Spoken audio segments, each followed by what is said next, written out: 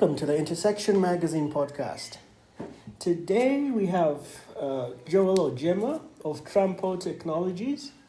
I met Joel about 4 weeks ago at the Uganda Innovation Week, and he's doing some interesting stuff in logistics. And I thought it would be good to host him to get his insights about what's going on in the space, challenges, what solutions they're providing, and all sorts of other questions. So welcome and thank you. Okay, so Joel, tell us a little bit about yourself and what you do. All right. Thank you, Nicholas, for hosting me. I think it's better off when I start with a story about myself. I would like to call myself an accountant and entrepreneur. Mm-hmm. I started my career in accounting and audit. Okay. And then later on found myself growing into tech. Mm-hmm. That's when I got a chance to work with Cellulant. We all know Cellulant is one of the pioneer fintech companies in the continent, Okay. operating in over 15 countries. Mm. So yeah, that's how I started off my journey in technology. And after Cellulant, I went to and co-founded another startup called Famunera. Famunera, how the Famunera? Yes. So Famunera is basically trying to enable farmers get access to quality inputs, but as well help them get their produce to the market. Okay. So that is my story going into this space of technology. Mm-hmm. And after Famunera is when I realized me finding myself into more problems. Mm-hmm. And as a problem solver, you always want to create solutions for the problem that you face. Yes. But of course, most of the time you don't think these are just your own problems, Mm. but rather these problems cut across so many people. Yes. Someone once told me that for a world of 7 billion people, we should have 7 billion companies. Mm. Because each of us face similar problems that you'll be solving for each other. Mm. But you see, you have a shortage of businesses. Mm. So that's how I basically say, this is a problem that I think I should tackle on.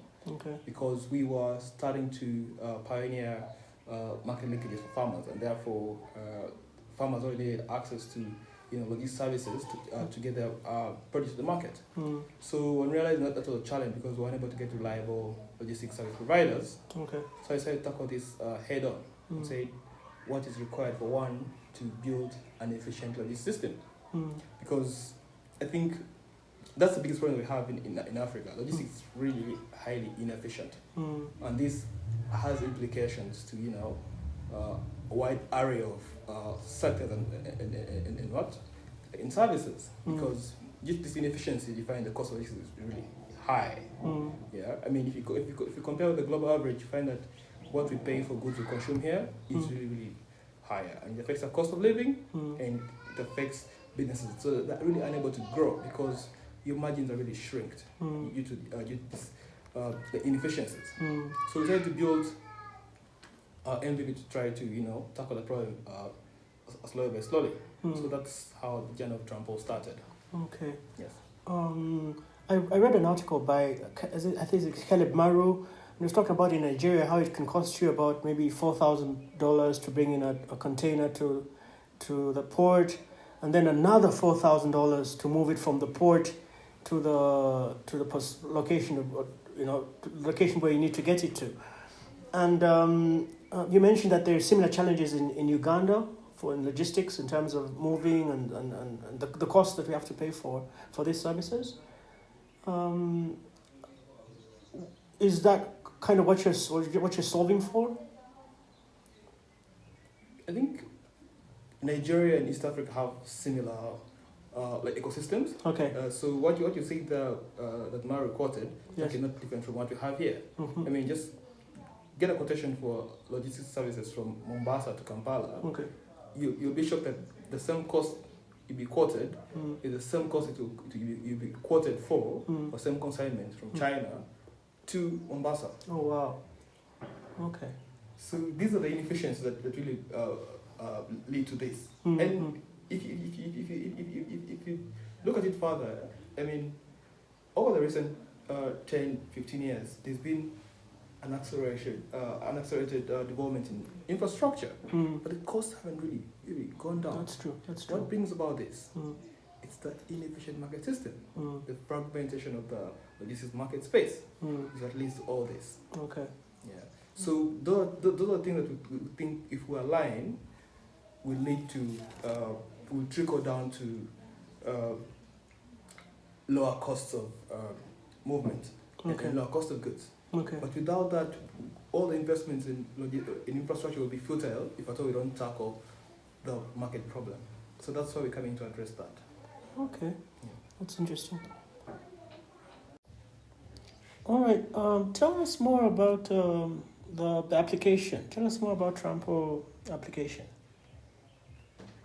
All right, so we launched our first MVP for Trampo around December 2020.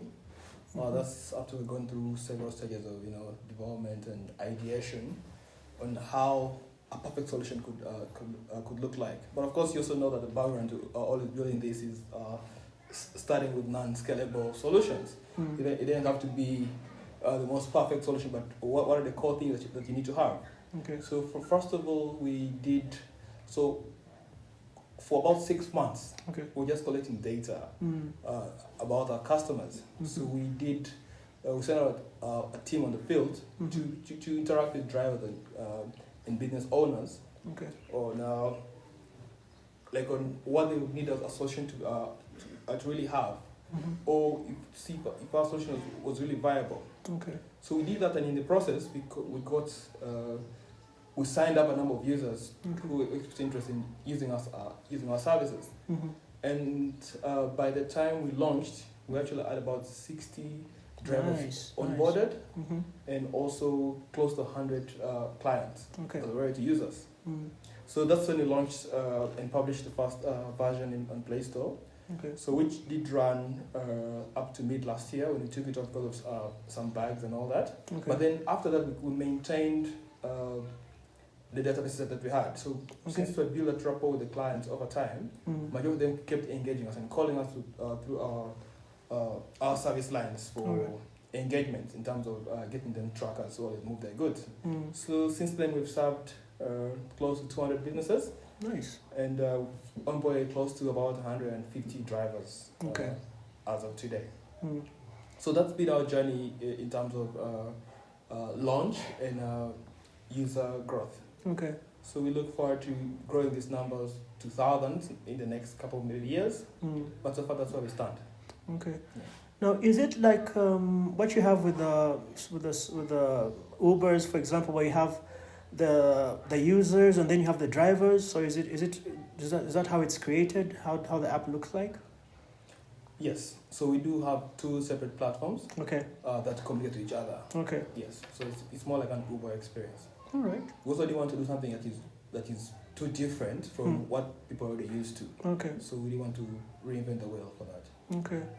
And so you did, in terms of the design work, is that something that you do yourselves, or do you outsource that to somebody else to do the design for you, or you have the skills within your team?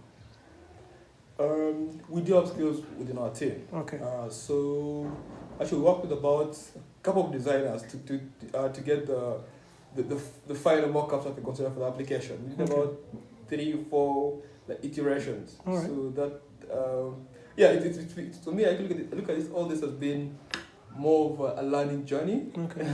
So much as I've been doing and implementing things, for me, it's when I look back, I'm like, okay, I can't believe we went from this sketch to this ugly to eventually what we went with. All right. And working with different people with different understandings and how you relate to people, and someone understands what you're trying to the picture. To bring that picture you have in your mind to reality. A number of guys we work with could not really bring that out, and we kept saying, let's make improvements, and eventually we have to let some go and then get that. But eventually, we came up with a final great outlook for the product. Okay, that's great. I'm also interested in I know we talked about this briefly, but I'm interested in some of what lessons did you come up with after your work with Famunera? Because the agricultural sector is very promising in Africa, and do you think at any point you could revive that, or is that closed completely? I still work with Famunera in a different capacity. Okay. Right now, my focus is trying to build a logistics platform that is not just useful for them, but rather for a wide area of businesses. All right. People in construction, people in manufacturing. Mm. So we see we're going to play a big role in agriculture space as well. Okay. I mean, they're the biggest suppliers of all the factories, Okay. all the exporters, all the importers. Mm. So we see that they all we're doing with Trampo is going to play a very, very integral role with Famunera and other agricultural enterprises in this country, which is really very promising. Okay. Yes. That's awesome. All right, Joel, I wanted to ask you about what you see in the ecosystem, some of the challenges you've been facing. Maybe you can describe what you think the key aspects of an ecosystem are from a founder's perspective, from someone who's built successful apps like Famunera and now Trampo. Just give us a rough idea what you think we're doing well, what you think we need to probably put a little bit more effort in. Well, I still believe we are well positioned to really go and compete with the likes of Kenya and South Africa and Nigeria. But also, I think let's also not get carried away by our potential and forget the stage that we are. Mm. We are still a nascent ecosystem with so many challenges. That means it's still not as developed Okay. as our neighbors are. Mm-hmm. So that, I mean, the development is in so many areas in terms of the talent pool that we have, Okay. in terms of the capital market. Mm-hmm. Yeah, that is the angel and VC activity. Okay. But we have numbers of startups are there. They're Okay. all the majority are are still at the small stage. Okay. So those we need to just keep this. If we can only maintain the startups to be supported Mm-hmm. and maybe given more access to capital. Mm. If it's not, we don't need to have millions of dollars running into the startups at this point in time. But if it's just a couple of thousands, just keep them running. The capacity enhancements to these startups. Okay. You need to keep all these founders like in their right minds and be able to push like their startups forward. I think those are what we need to keep steering on. Otherwise, if we're to try to rush, Mm-hmm. we may not be able to get quality startups that will grow to maturity. Okay. So we just need to keep supporting the startup ecosystem. Okay. So that means we have work to do in terms of the laws that are going to support these startups. Okay. We should actually at this point in time be actively working towards having the government pass the Startup Act, Okay. because that will make the startups work more effectively and with more certainty, and make the ecosystem to be more attractive. Okay. Because that's one of the things that are keeping us behind. I mean, if you look in terms of one of the key aspects I've always tried to put forward Okay. is, and that should be that what the act should have an element that makes startups attractive on a tax aspect. Okay. I mean, if you could consider startups an asset class, for example, that if an angel investor or a high net worth individual in Uganda could invest in, and imagine that gives you tax rebates or tax credits to offset on your income tax. Okay. Would you think that would be something that would make more capital deployment from the high net individuals in the country into startups? So the legal framework really has a huge role to play in driving this ecosystem forward. So I think we're well positioned if we work on those few items, work on our legal system. Okay. Let's also work on the capacity development, because the talent's there. We have one of the most brilliant engineers in the world. I mean, we have Ugandans going to work on Apple, work at Google, at Tesla. So the people are there.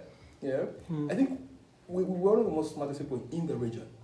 So, but they just need the right system, the right support to make us competitive.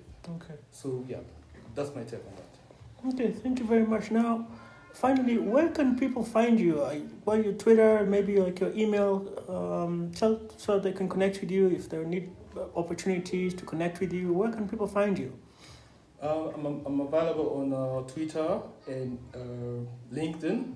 My Twitter handle is Epollon Ojema. Epollon is Epollon Ojema. On LinkedIn is Joel Ojema. So that's where you find me. Okay. Thank you very much for your time and sharing your expertise, and hopefully we can do this again.